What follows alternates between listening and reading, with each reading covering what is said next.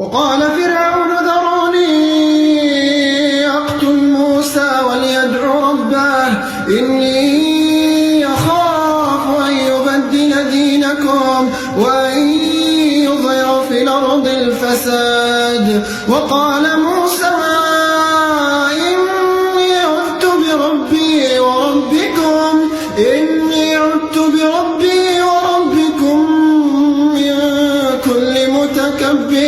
من كل متكبر لا يؤمن بيوم الحساب.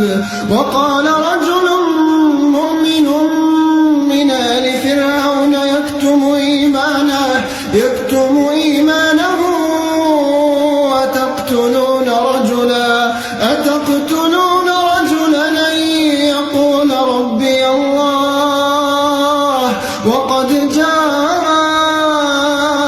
بالبينات من ربكم وإن يك كاذبا فعليه كذبه وإن يك صادقا يصبكم بعض الذي يعدكم إن الله لا يهدي من هو مسرف كذاب.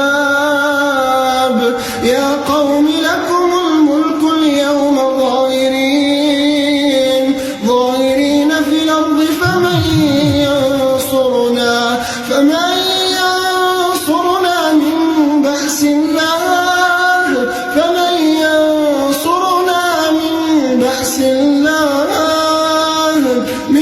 بأس الله إن جاءنا.